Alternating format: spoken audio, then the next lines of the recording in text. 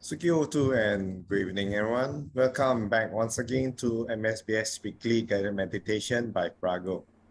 Today is the 29th of August 2023. We'd like to extend a great welcome to all new viewers to this channel. We are very grateful to have with us 𝐵𝐻 Adhibalo, popularly known as Phra Goh, conduct this weekly guided meditation since 2020. But he was born on July 14, 1985 and had his bhikkhu ordination under the Theravada tradition of Thai Dhamma sect at Satipatthana Monastery, Johor in Malaysia in 2008. This week, we are continuing on the subject of Saccavibhanga Sutta on the Four Noble Truths. But they will be leading the homage to the Buddha and taking 40 precepts for Buddhists. Now, let's compose our mind, put our palms together, and welcome Bhante. Over to you, Bhante. Okay, thank you, Terence. So we shall start with the opening, paying respects to the Buddha by giving 3 bows to the Buddha. Okay, first bow, second bow, third bow.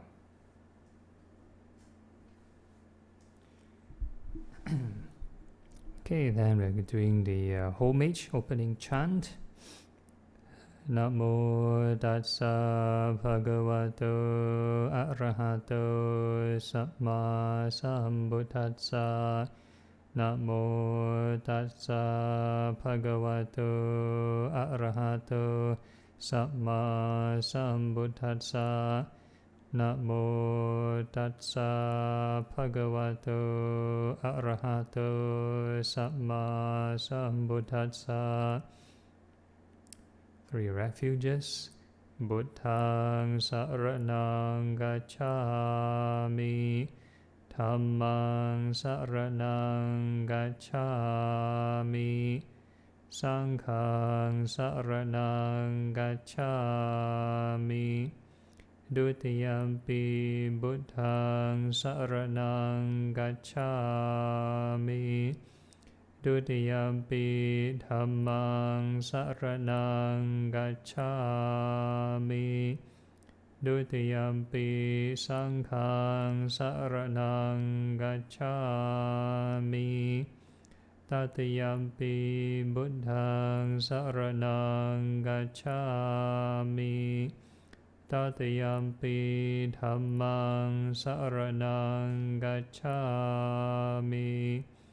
Tatiyampi Saṅghaṃ saraṇaṃ gacchāmi.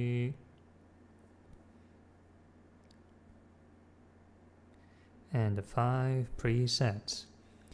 Pāṇātipātā veramani sikkhapadang samadhiyāmi. Adhinādāna veramani sikkhapadang samadhiyāmi. Kāmesu micchācārā veramani sikkhapadang samadhiyāmi. Musāvādā veramani sikkhapadang samadhiyāmi. Surameraya majjapamadatthāna veramani sikkhapadang samadhiyāmi. Sadhu, sadhu, sadhu. All right, good evening everyone, and wishing all Malaysian friends, I think in 2 days time you're having this Independence Day, Malaysia Independence Day, so advance Independence Day to you all. So now it's this Saccavibhanga Sutta second lesson, analysis of the truths, basically the Four Noble Truths. And previous years we've been talking about this Dhammacakkappavattana Sutta, usually right before the rains retreat which the monks are having now, the rains retreat. Right before that, there's this Asala Puja, which the Buddha sort of turned the Dhamma wheel, gave his first official or successful sermon on the Four Noble Truths and the Noble Eightfold Path. So for this time round, we are actually going to cover this Saccavibhanga Sutta. It's more like analysis, a slightly more comprehensive version of the Dhammacakkappavattana Sutta. It's more like explaining the Four Noble Truths in detail, right? And this one is rather explained by Venerable Sariputta instead of the Buddha. Okay, so now it's the second lesson. We stopped at the 5 aggregates, so we shall just continue the 5 aggregates.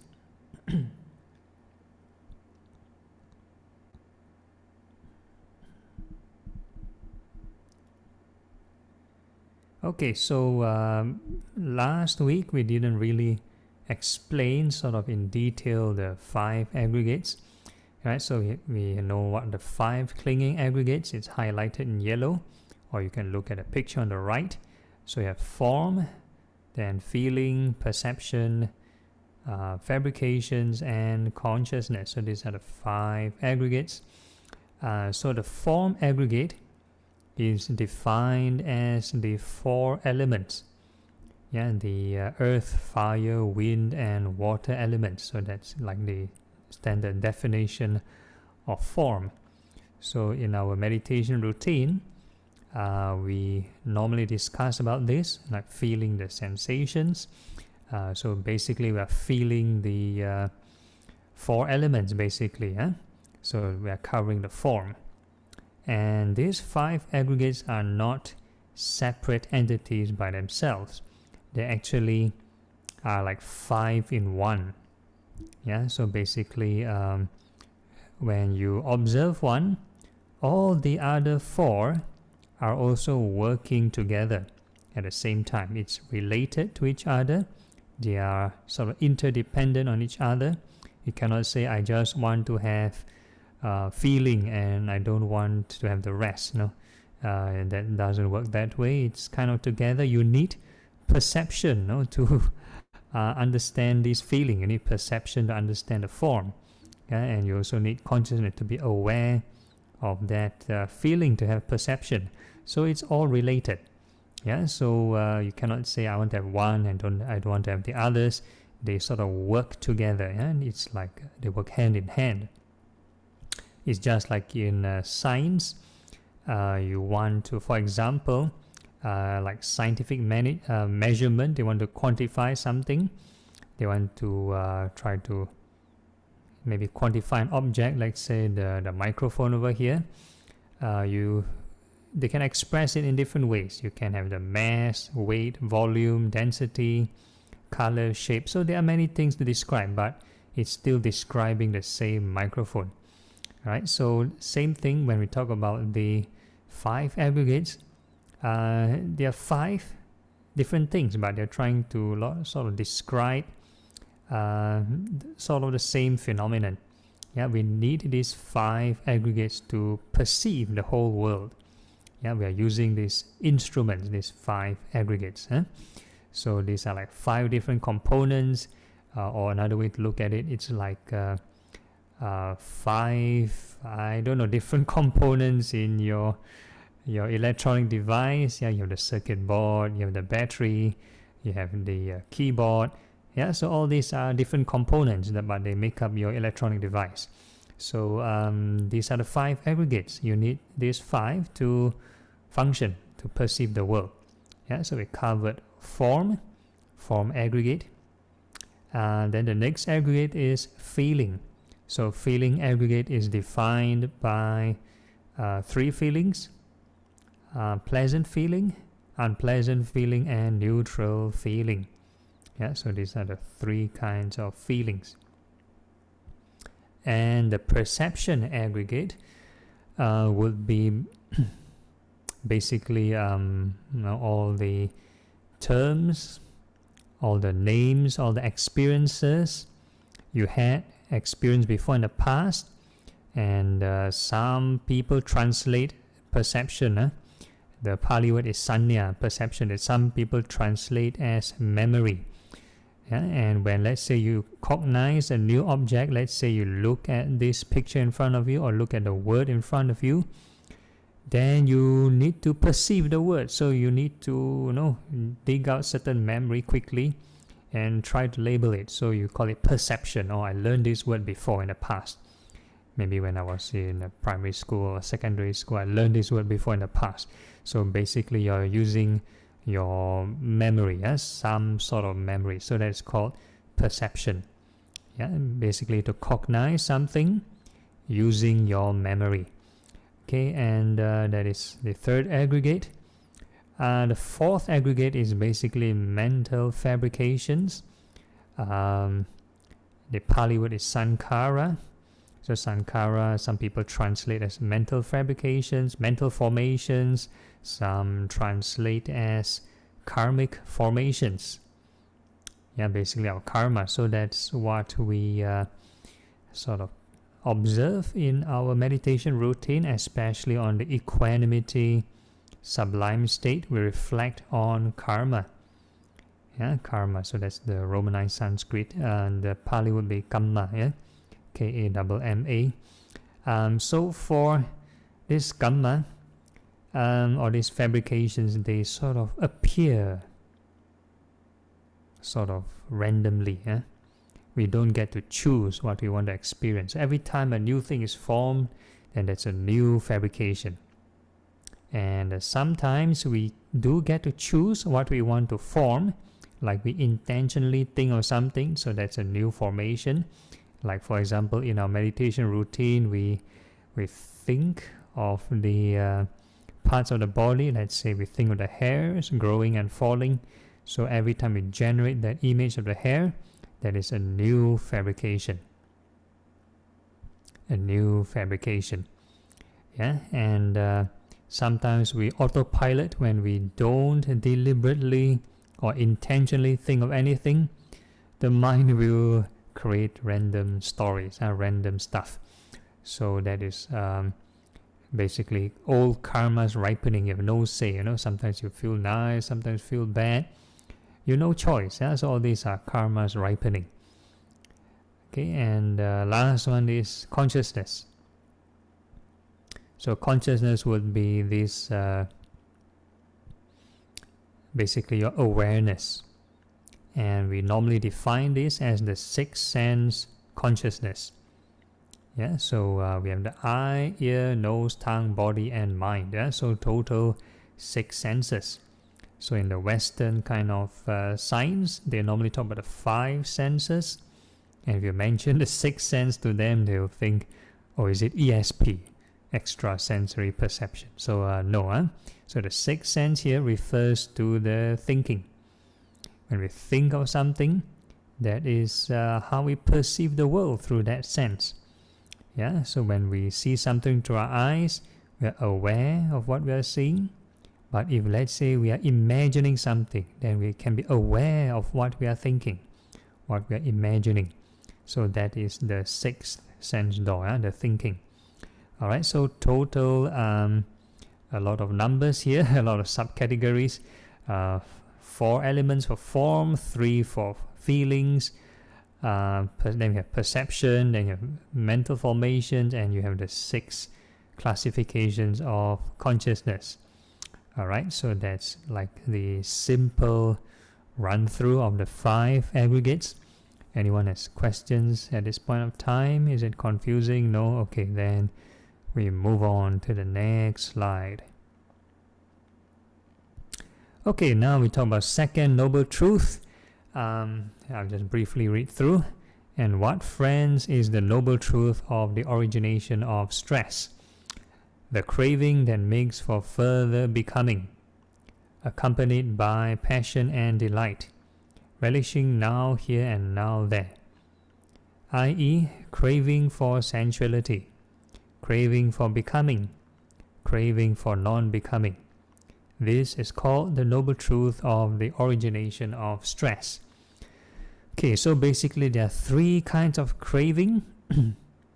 And the first one, craving for sensuality, you can basically simplify as greed. Yeah, and okay, so these three kinds of craving actually stem out from the three kinds of feelings. Earlier on we talked about the second aggregate feeling as three kinds of feelings, right? Pleasant, unpleasant, neutral.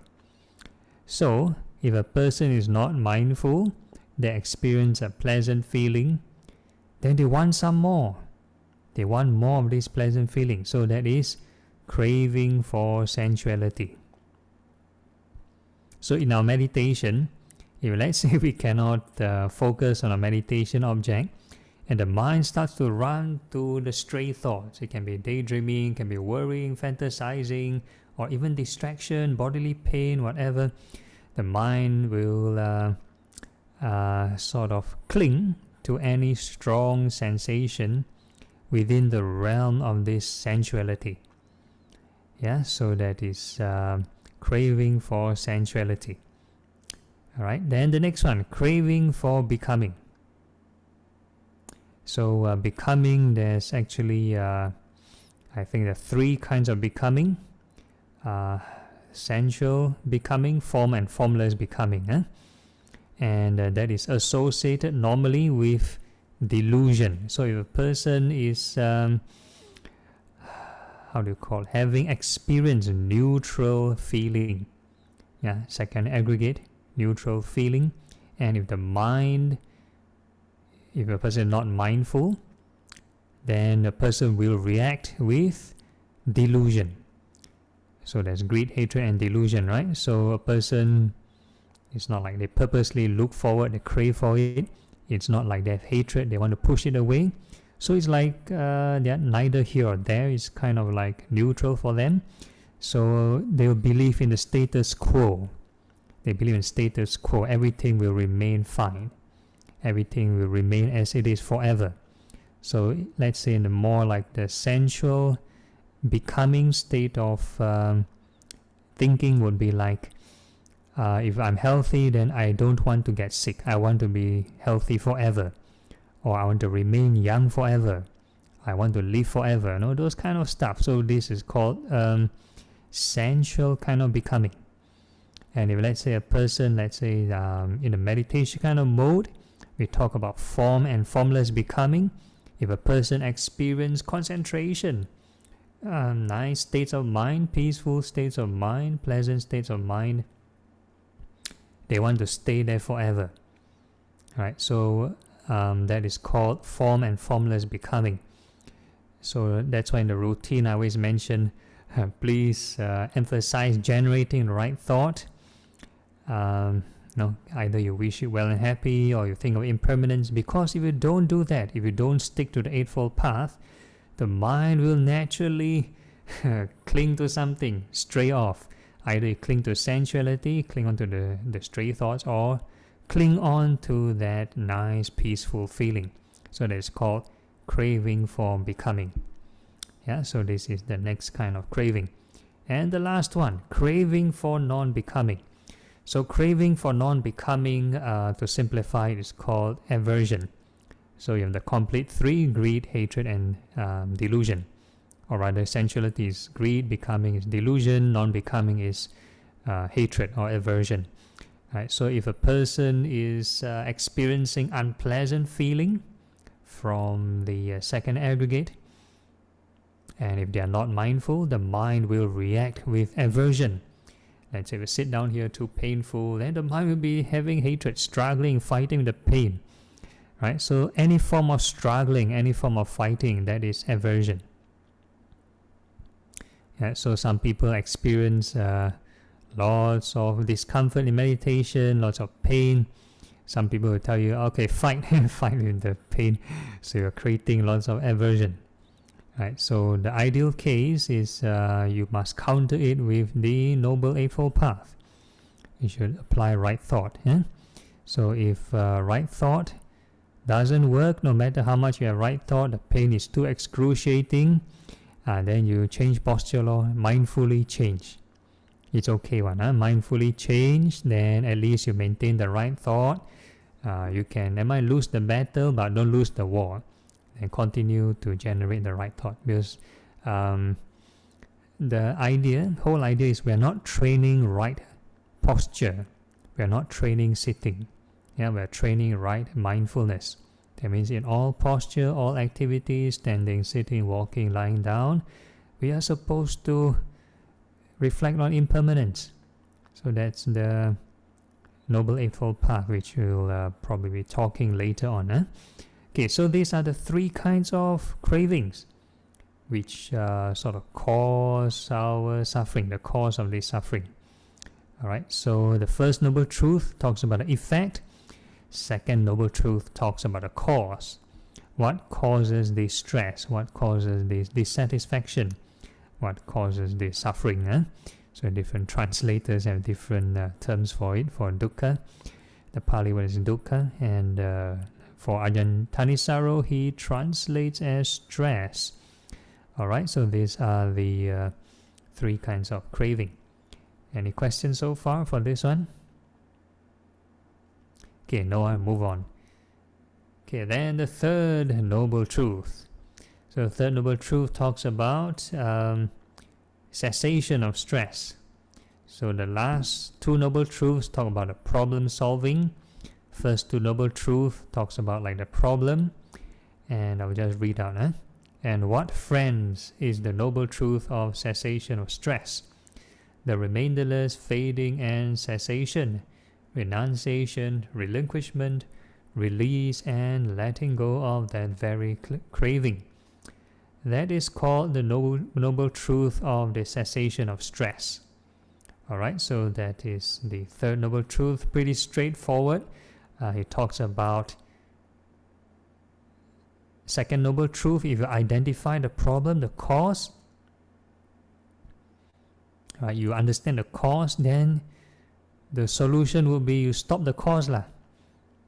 Now you stop the cause. So you release, you let go of that very craving.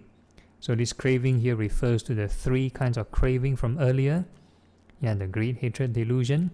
So if a person let go of that craving, then you cease this suffering.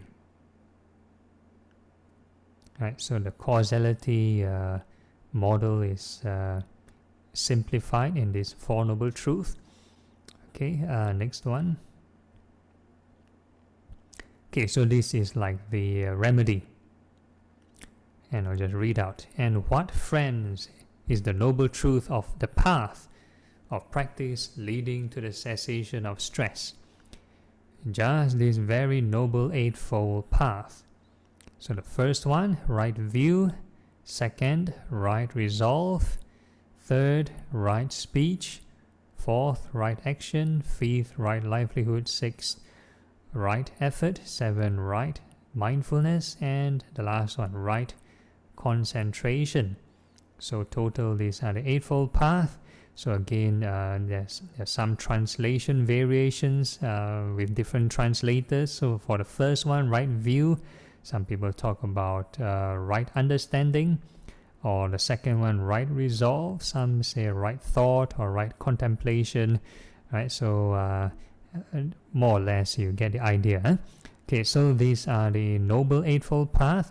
So this is the solution to overcome this craving, yeah, and to so-called overcome or end the suffering. All right, any questions so far before we move on to the details? Okay, pretty straightforward. Okay, next slide. Okay, so the first one, right view, the first of the Noble Eightfold Path. So the right view goes back to square one. Knowledge. Okay, and what is right view? Knowledge with reference to stress. Yeah, so that's the first noble truth, basically. Knowledge with reference to the origination of stress. Second noble truth. Knowledge with reference to the cessation of stress. Third noble truth. Knowledge with reference to the way of practice leading to the cessation of stress. So that's the fourth noble truth. This is called right view. So right view is basically the Four Noble Truths again, right? Back to square one, right? So what this is trying to emphasize, before a person practice, they need to have this view in mind. You want to solve problem, you need to understand the root cause of your dissatisfaction, the root cause of your suffering. Yeah, that is craving. You need to understand this first. That is right view. If a person do not have right view, they start to practice, then you have all kinds of funny intention. So like some people want to learn meditation so that they can predict 4D numbers. Yeah, they think, yeah, it can end their suffering or end their financial difficulties. So they learn meditation. So they want to look for 4D numbers or all kinds of funny practices. So that is not having right view. So if a person have right view, then they know what kind of practice to look for. So first, very important to have right view, understand the Four Noble Truths. All right, next one. Then the next one is right resolve. What is right resolve or this right thought? The resolve for renunciation. So that's the first thought. For freedom from ill will. There's the second one, and the third one for harmlessness. This is called right resolve. So basically there are three kinds of thoughts. So in this particular definition here, sometimes different suttas will give different variations of this right thought. So over here, resolve for renunciation. Renunciation means letting go. Letting go, ability to let go. To not cling, to uncling. Right. So in our routine we use impermanence, the reflection of impermanence, so that will reduce this attachment. Okay, then the second one, for freedom from ill will. So ill will means hatred, so the opposite of hatred will be loving kindness. Yeah, so the routine we're doing, we have loving kindness first, followed by this impermanence. And the last one, for harmlessness. No harm. So if you want to talk about the direct kind of emotional state or the thought, that will be compassion. So compassion is to wish all beings free from suffering, to have no cruelty. So that is compassion. Right. So love and compassion is right there in the right thought. Right. So some other models would be thoughts of non-greed, thoughts of non-hatred, thoughts of non-delusion. So that is more broad. So any kind of reflection that can reduce greed, so that would be thoughts of non-greed. Any kind of reflection that can reduce hatred would be thoughts of non-hatred. And any kind of reflection that can reduce delusion, that would be part of non-delusion. Right, so again, so this is one of the definition. Okay, next slide.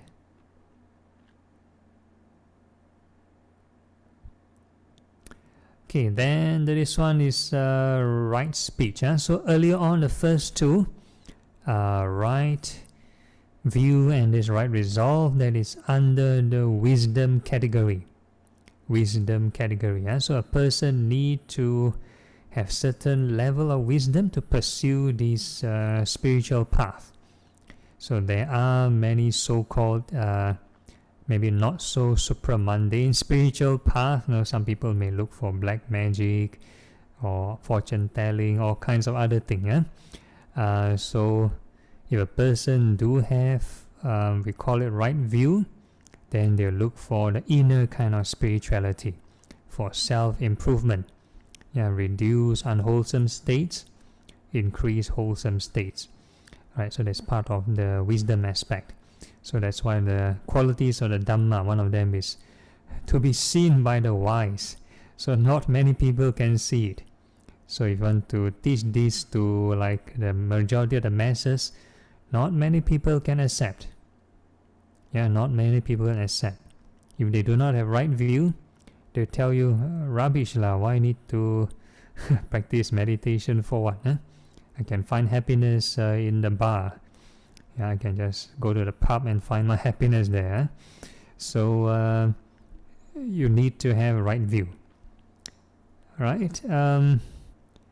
Okay, now it's like 9 o'clock, so we kind of stop the theoretical sharing.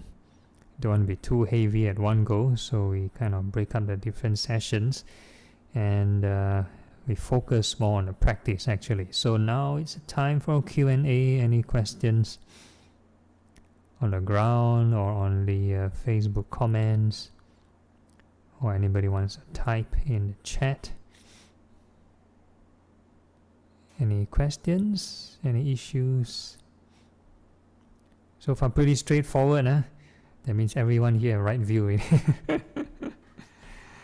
Okay, yeah, Roy, yes. Roy, yeah, Bante, I just got a question to ask, right, about right speech, the idle chatter portion.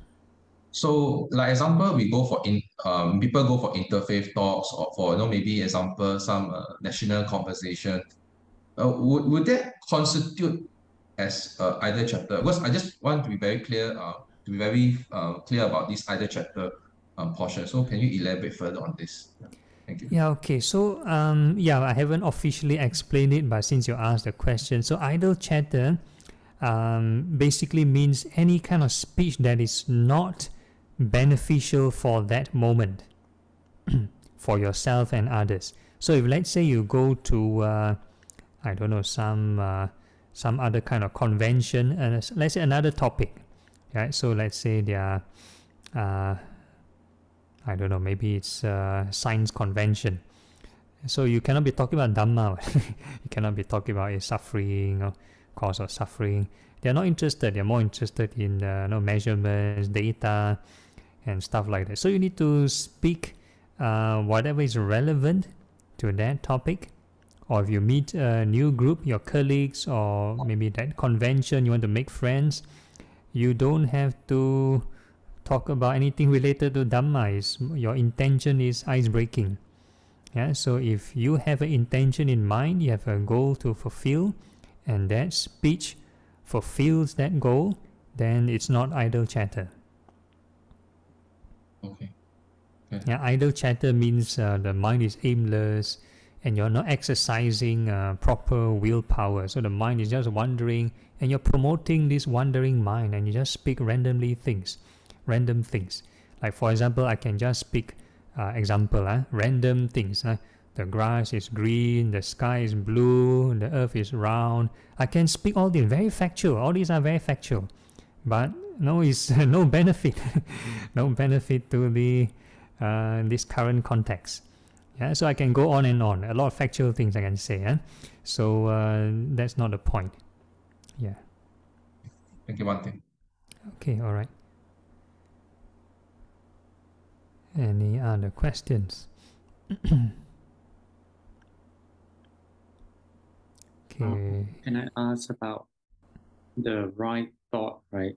It's a yardstick for us to use that the thought is considered a right thought. It's just that thinking about your example, that some people would think, going to the bar and getting a beer would make them happy, and they may not kind of link their action to the subsequent suffering, and so they may not see the cause and effect. What is there any the way that we know that a certain thought or perception that we have is perceived as a right thought? Yeah, so what you mentioned here is correct. So there are this right view. That's why we need to know the Four Noble Truths. Yeah, so it's very closely related to how we think. Yeah, before a person can have right thought, they need to have right view first. If they do not have right view, then all the things they aim for is not for the goal of reducing craving. Yeah, whatever activity they do is to promote more craving, to fulfill their craving, basically. So a person can go for all kinds of enjoyment. It is to fulfill their needs, fulfill the craving. And it doesn't reduce or overcome this craving. So that's not having right view lah. So if a person do not have right view, they will just do this. So for right view, they are probably like, to simplify, to classify the two levels. First is if a person haven't experienced any kind of spiritual happiness. So to them, they take this Four Noble Truths by faith. So if let's say a person totally new to Buddhism, never meditated before, never experienced any kind of spirituality, then this is the first time they're hearing this. Then okay lah, I go by faith. I take it by faith. I trust you first. Then they're going to try it out. So this is taking by faith. So they are just trying only. And the other level will be if a person already experienced some form of spiritual happiness through the reduction of craving. They find very peaceful, very nice. You reduce craving, you apply right thought. It's a different kind of happiness. Then you want to explore more. Then this right view and right thought will slowly mature. It's like baby growing up. So this right view is like it's an evolution kind of phase. So it's not like immediately you will have 100% right view. Only Arahant will have 100% right view. Okay, all right. Thank you. Okay, no problem. Any other questions? Bhante, what is the Arahant? Arahant means fully enlightened being. And we call them Arahant. So like earlier on we did the opening chant, we chant this Namo Tassa Bhagavato Arahato. So the Buddha is also a kind of Arahant. It means an enlightened kind of state of mind. So any disciple of the Buddha who is also free from the greed, hatred, and all the other defilements, then they also can be called an Arahant. Okay, so especially for those who are new, some people when they hear the words Arahant, and this Chinese culture always like to defile things, Then you think of Arahant, you think of the Lohan fish, the Lohan Guo, or the Sipa Lohan in the Shaolin Kung Fu shows, right? So you have all these funny stereotypes and misconceptions coming up. So, but in actual, the original kind of meaning, the Arahant means enlightened being. So, is there any Arahant these days? Very good question. So the Buddha mentioned if the Eightfold Path is still present, people are still following the Noble Eightfold Path, then the world will not be devoid of Arahants.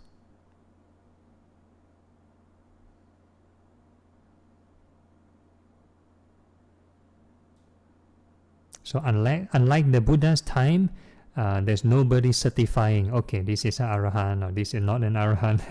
So the Buddha's time, yes, the Buddha himself will personally sort of certify who is an Arahant or not, but in this day and age, no more. Okay, thank you, Bhante. Okay, no problem. Bhante, are we able to recognize, identify any Arahants? Good question. Actually, no. It's a bit hard to identify unless one has this probably called mind kind of reading ability or something. If not, it's a bit hard to identify. Even in the Buddha's time, let's take the case of this Venerable Sariputta. Venerable Sariputta is the right-hand man of the Buddha, chief disciple, enlightened monk, foremost in wisdom. But Venerable Sariputta is sort of lacking in the psychic ability department. So there was this case where he encountered another enlightened monk called Venerable Badia. Venerable Badia. So Venerable Badia is the cousin of the Buddha, another cousin of the Buddha, and he is already enlightened. But this Venerable Badia is a junior monk. Probably he ordained not very long time. So it is a custom when monks come across each other, the junior monks will have to pay respects, to greet or bow to the senior monk. So in this case, Venerable Sariputta is more senior. So Venerable Badia sort of paid respects to this Venerable Sariputta. And Venerable Sariputta, out of his, according to him, compassion, want to arouse this Venerable Badia more effort to practice the Dhamma, not knowing that he's already enlightened. So this Venerable Sariputta is giving lecture to him, give lecture, and the Buddha walked past, and the Buddha saw what happened. And I'm not sure, is it midway or after the lecture, the Buddha called Venerable Sariputta over and informed him that this Venerable Badia is already an Arahant. You don't have to give him such a lecture. Alright, so no, that's the case. So even an enlightened person cannot identify another person whether they're enlightened or not. So what more do beings like us sort of tell who is enlightened or not enlightened? So the most important thing is to sort of look through our own fetters, our checklist. Do we reduce our so-called defilements? The checklist of defilements, the 10 fetters. Can we see the Dhamma for ourselves? So that is more important. But does it mean that, Bhante, if the person has attained arahantship, he definitely have psychic power? No.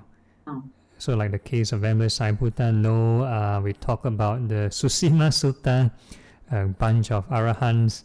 They declared enlightenment, but they have no psychic powers at all. Yeah. Or not necessarily they will have the psychic powers. Yeah, not necessarily. So again, this is a very big misconception and can be very dangerous, especially for people in the, we call it the more superstitious spectrum of the community. They will think if a person is enlightened, that means they're immune to black magic. So they start to poison your food, poison your drink, and they test them, see whether they kena this black magic. So it can be very dangerous. So in this modern day and age, somehow nobody declares enlightenment. Yeah. Because I really thought that people who attain arahantship definitely would also attain the psychic powers. No. Thank you, Bhante. Okay, no problem. So on the other hand, vice versa, there are people with psychic powers and not even enlightened or not even spiritually inclined. For example, maybe demons, and they are born with a lot of psychic ability. Mara have a lot of psychic ability, but he's opposed to this practice of enlightenment. So in order to be protected, Bhante, is that we have to keep our precepts very well? Yeah, that's the first line of defense. Yeah, if a person is wholesome, morally wholesome, hopefully that could be sufficient. But we play safe. We have the meditation. Yeah, so that will make our mind more meritorious. So it adds like an extra protective field. So that means we have to really master our meditation. Yeah, if you are talking about the seeking the truth or inner peace, then definitely. Thank you, Bhante. Okay, no problem. Any other questions?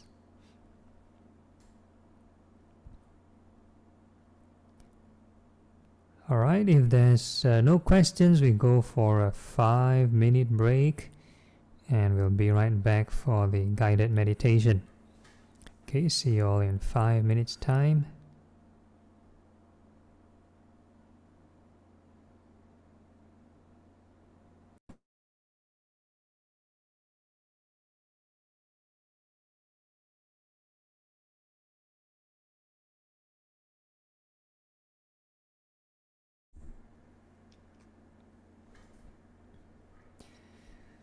Okay, let's see who else is back.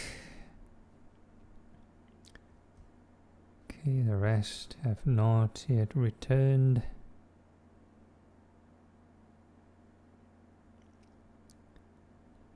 So we take this opportunity for a short Q&A for those who are here.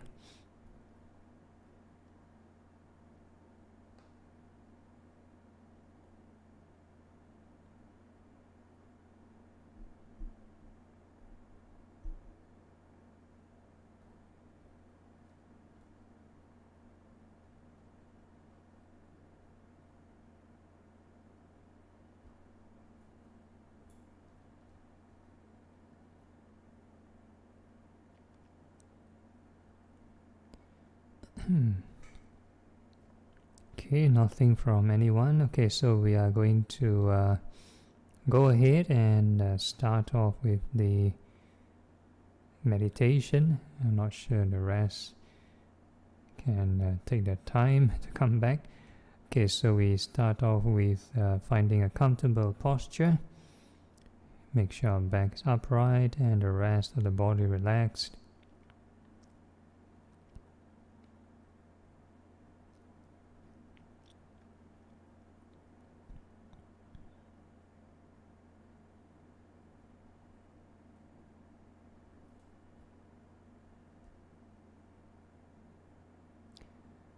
Okay, and the first thing we're going to do is learn to detach from the body. We do a bit of this impurities of the body meditation, and we're going to visualize all the hairs of the head, hairs of the body, from head to toe. May they be well and happy. So that visualization itself, we are using the mind sense door. And there are 6 senses. Our eyes are closed, so we are using our mind door to visualize. And when we visualize, all the 5 aggregates are there. And we are actually not training the hairs, we're actually conditioning these 5 aggregates to be at peace with the 5 aggregates. Every time you generate a new image, new patch of hair, we are going to wish it well and happy.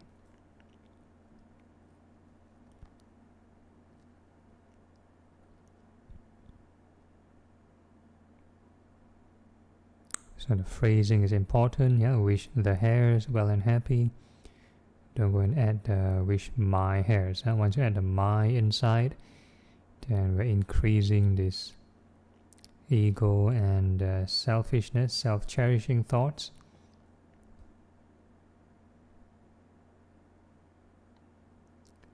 So we're just going to wish the hairs well and happy.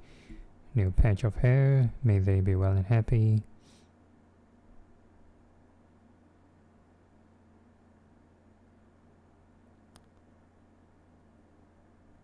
So that labeling, wishing the hairs well and happy, that's part of right thought. And that image you generate, that is part of this right mindfulness, mindfulness of the body. And the repetition, that is part of right effort.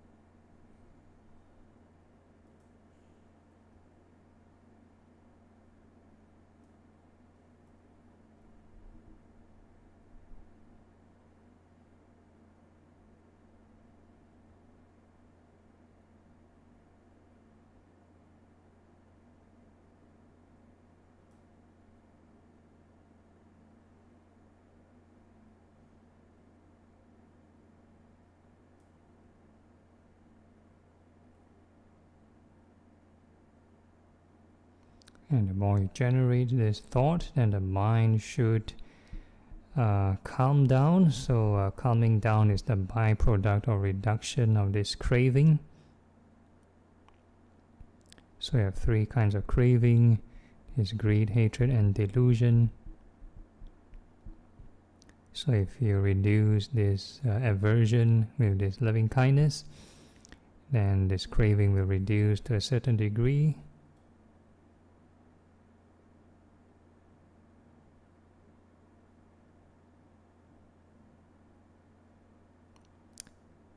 And there's more or less like a certain limit which the mind can settle down, will calm down. And once it's kind of stable, this stability, not really stable, baseline level, baseline emotion, the calm emotion, then we're going to think of impermanence. So that's part of thought of this non-greed, non-delusion. So we're going to think of impermanence.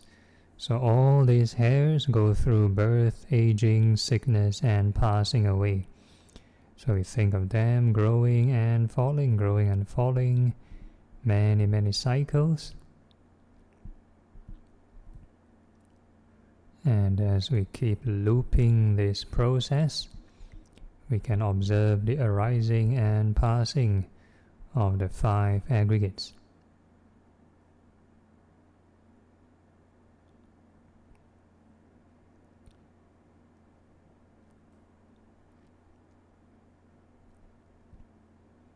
So when we think of an image, let's say a hair, then the hair itself is part of the body, right? It has these four elements. Any hard or soft kind of texture to the hair, any heat, right? So that's a bit like imagination, but you want more practical, you can feel the four element sensations traveling to that thought process. Any sensations, any kind of movement going to the thinking. So these are the four elements.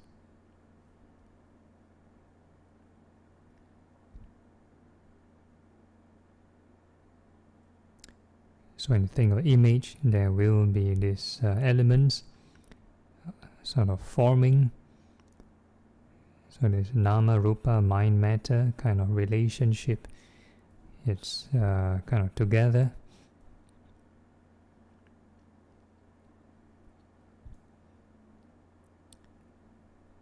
Yeah, so the heat element or the fire elements, the temperature, any hot and cold sensations going to the thought process.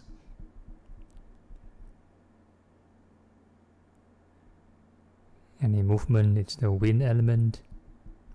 Moisture is the moist or dry sensations.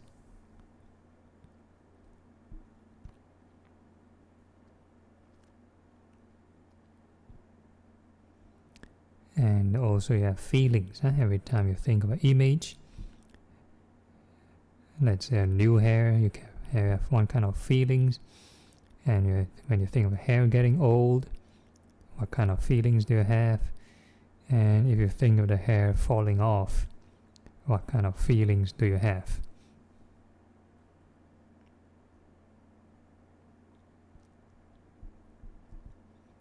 And the next aggregate, you have perception. Perception would be what kind of past memories that make you want to use to generate this image. You probably have seen images of hairs before in the past. So when you think of your hairs growing and falling, that is part of perception. What kind of labels you give to that image, that is also perception.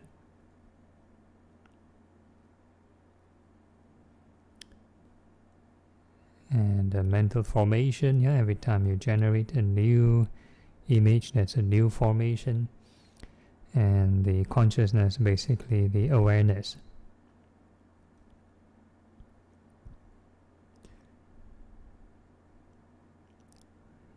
So when we keep looping this process, hair is growing and falling, we observe the arising and passing of the 5 aggregates.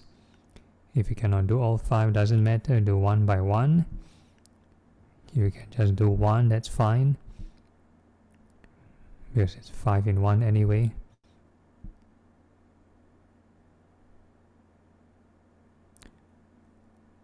So recommend that we start off with the lower gear, do it the form, evidential kind of change, or you can do it feelings, yeah, something evidential.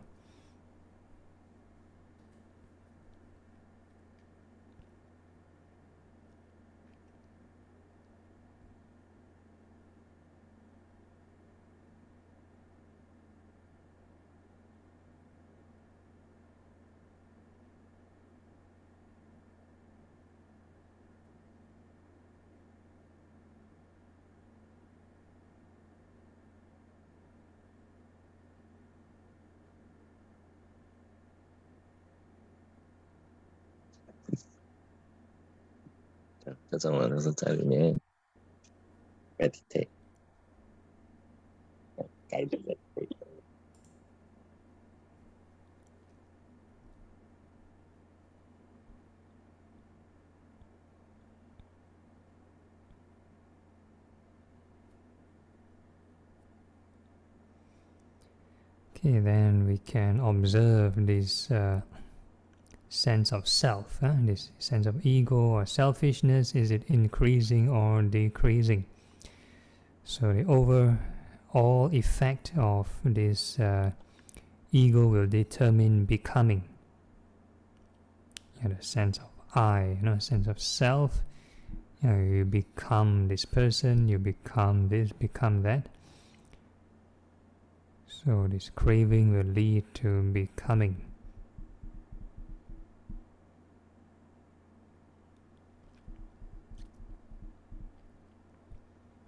So when we practice impermanence and detachment, we observe this sense of self. Selfishness, is it increasing or decreasing?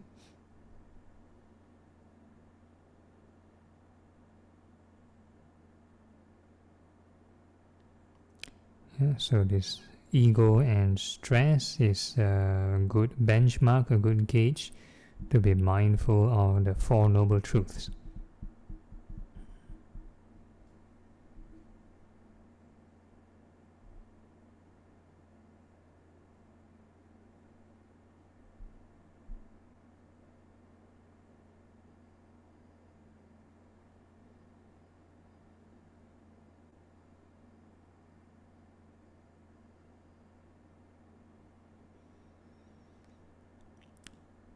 Okay, and the next part of the body we're going to visualize all the nails, fingernails and toenails. And we are going to wish them well and happy.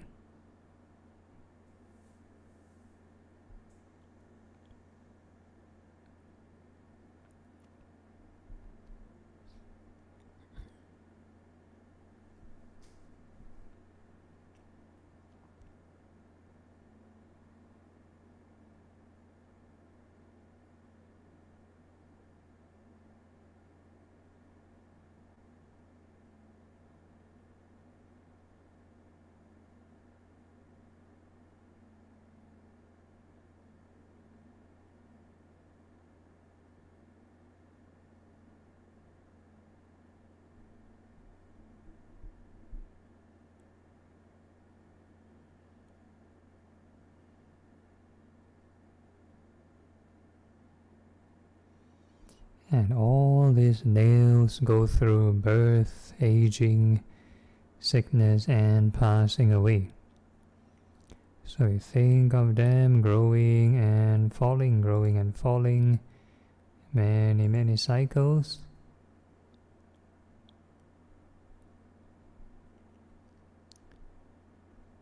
And as we keep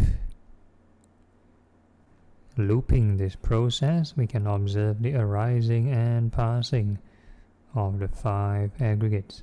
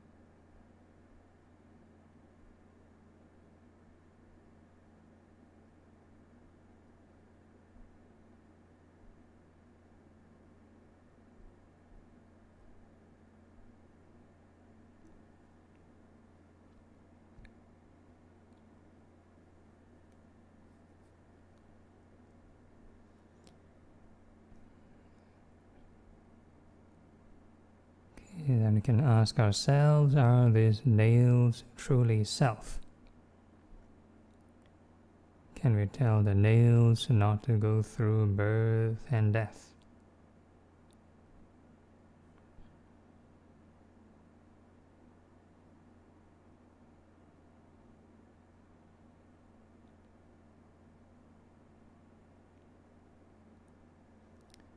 And the next part of the body, we can think of the teeth, and we wish all the teeth inside the mouth well and happy.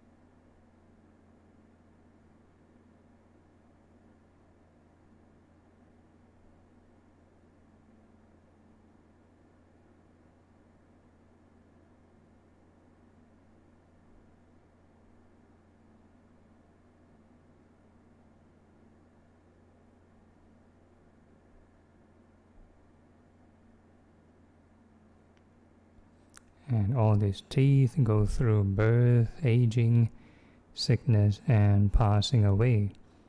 So we think of them growing and falling, many cycles.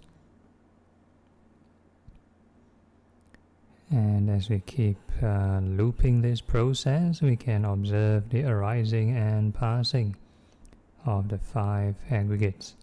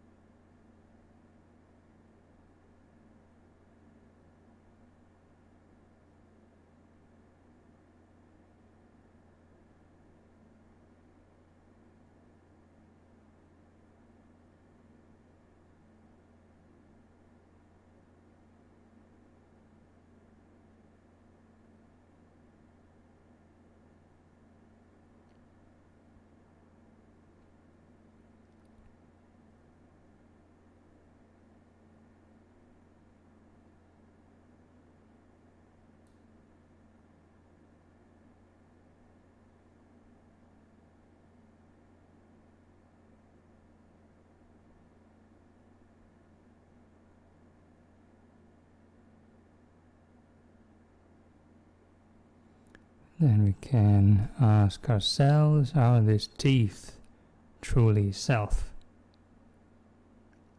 Can we tell the teeth not to go through birth and death?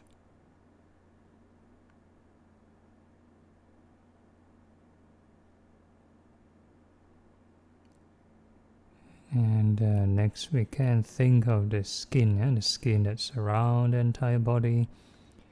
We wish all the skin well and happy from head to toe.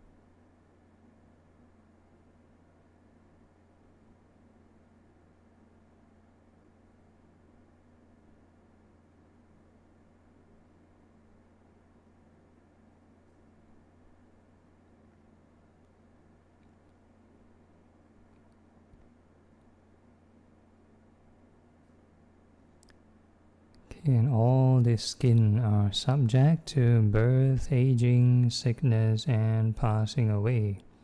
So we think of them growing and falling, many, many cycles. And as we keep looping this process, we can observe the arising and passing of the 5 aggregates.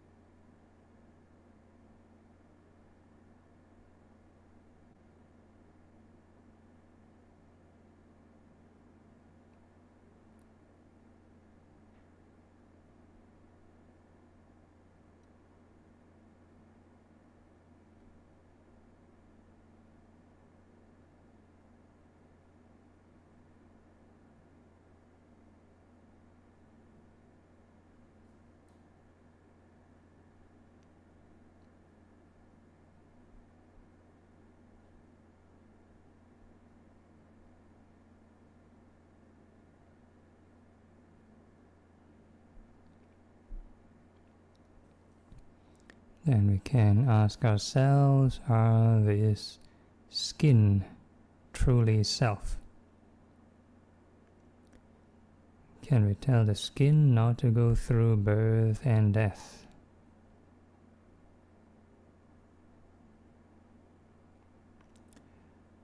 And we are now going to move on to the next phase of meditation. We're going to practice the 4 sublime states. But before doing so, we are going to ground ourselves with the 4 elements, familiarize ourselves with these 4 elements. So the 4 elements are the earth, fire, wind, water elements. We are basically going to feel the sensations of the body. No need to visualize.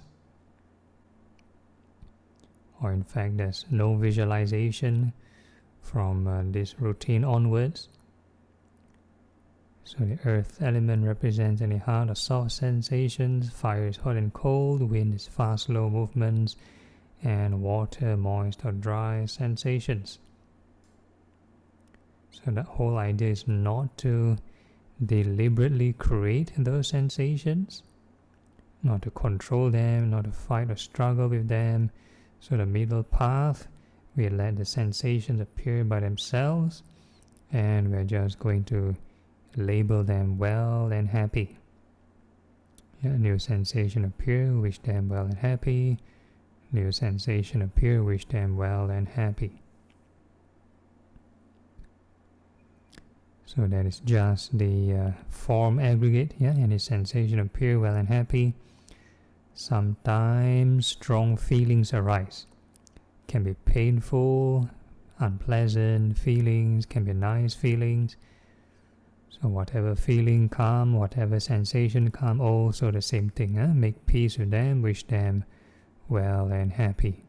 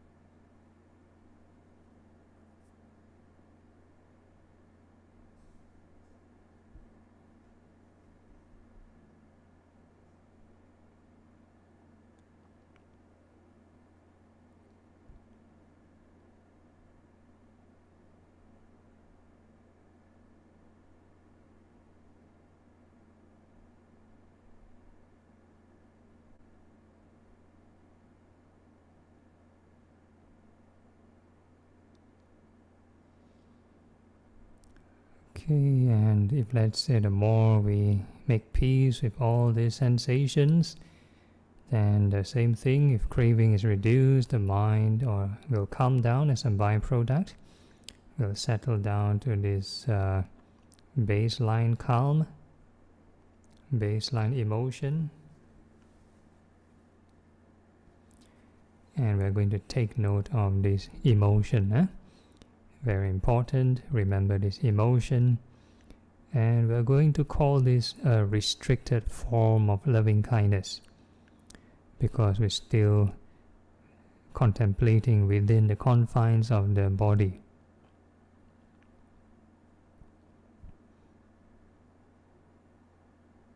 And now we're going to cultivate a boundless loving kindness.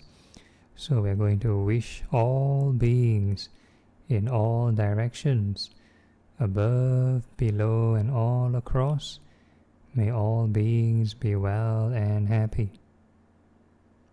So there's no need to push the mind, we just make a gentle wish, and we let the mind extend naturally by itself.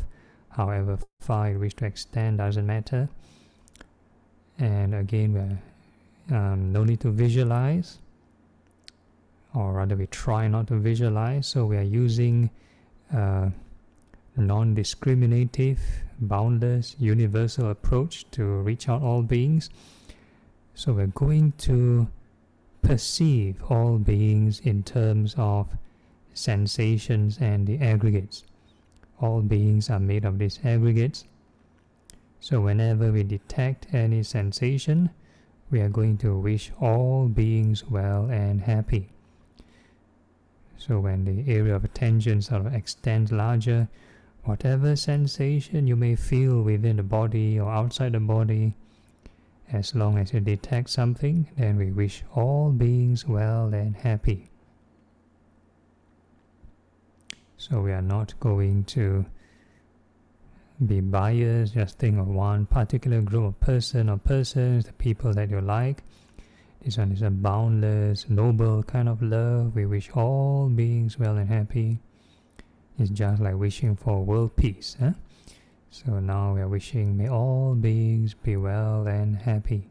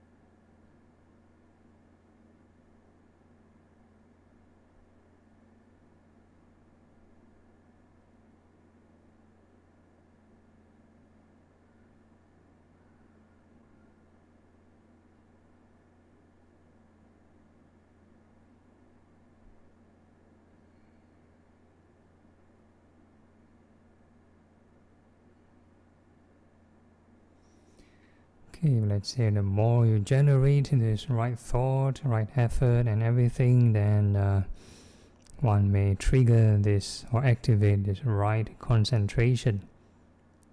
So usually this loving kindness may lead one to the first level of concentration, which is denoted by the emotion of joy and happiness. So if let's say this increment of joy and happiness compared to the baseline emotion, then that would indicate that state of mind. And regardless of what you experience, keep wishing all beings well and happy. Treat everything else as byproduct. So keep turning the Dharma wheel and prevent clinging to all kinds of sensual becoming or the formless becomings. So we take note that this state of mind is there. We are not fighting it. We are not rejecting it. It's just like a passing scenery in our journey. We don't fight with the scenery. We just continue our path, continue our journey.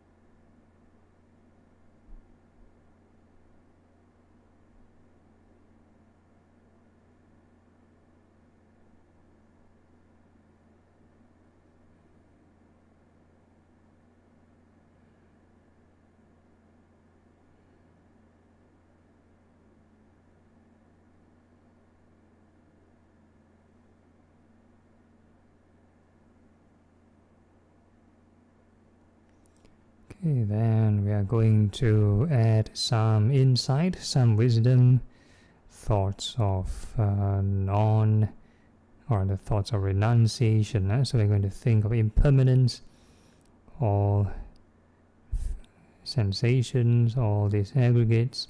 We observe how they arise and pass away. So all these sensations are real-time evidence. No need to imagine anything. Just observe how they arise and pass away, and keep labeling impermanence.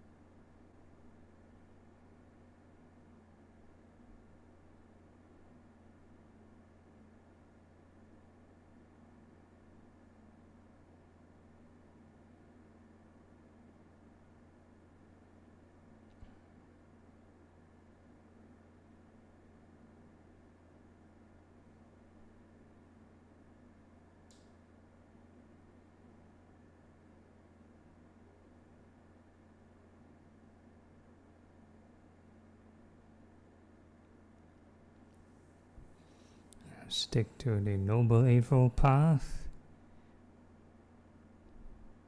That's why we chant this. We take refuge in the Dhamma. If not, we'll be taking refuge in samsara, all the fantasies and dramas generated from the mind.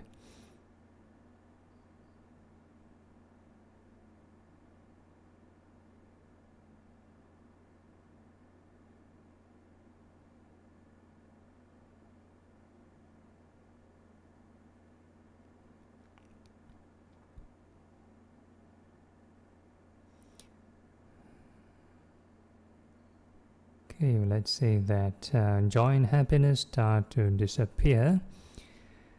One may experience a neutral but refreshing kind of emotion. So we call that equanimity. So that's associated with the fourth level of concentration. So similarly, stick to the Noble Eightfold Path. Keep reflecting on impermanence. Treat everything else as passing sceneries.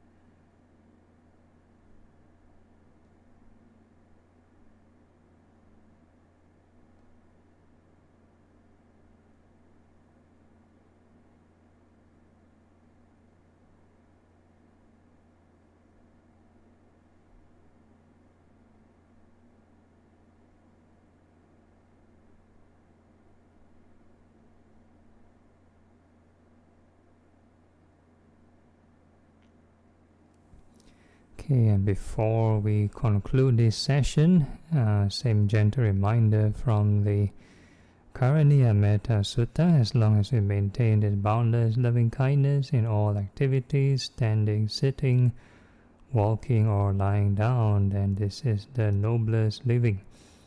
And with that, we can gently open our eyes, formally end the session, and informally still can generate right thought.